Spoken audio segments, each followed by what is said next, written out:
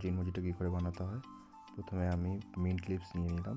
Mint লিভসের পাতাগুলো ছাড়িয়ে হামানদিস্তাতে mint লিভসটা ভালো করে থ্যাতলাম।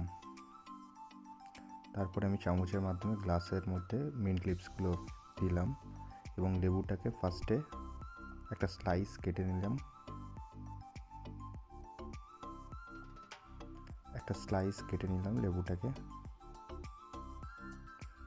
লেবুটা স্লাইস কেটে নেওয়ার পরে গ্লাসের মধ্যে লেবুটা নিগড়ে নিলাম। তারপরে একটা স্লাইস লেবু কুচি কুচি করে আমি লেবুটি গ্লাসের মধ্যে ফেলবো।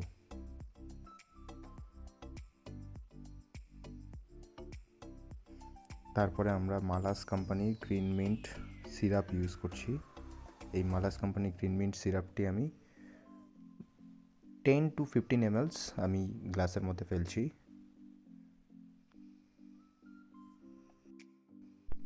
তারপরে আমরা স্প্রাইট নিয়ে নিলাম। স্প্রাইটের ঠিক 70 থেকে 80 ml আমি গ্লাসের মধ্যে ফেলছি।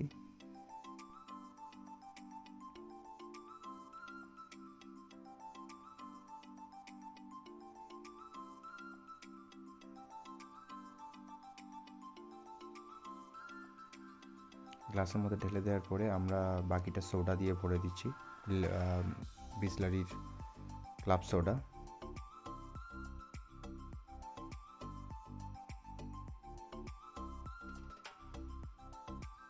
তারপরে আমরা যে মিক্সারটা তৈরি হয়েছে সেই মিক্সারটা চামচের মাধ্যমে ভালো করে স্টেয়ার করে নিচ্ছি অথবা ঘেঁটে নিচ্ছি, ভালো করে গুলে নিচ্ছি।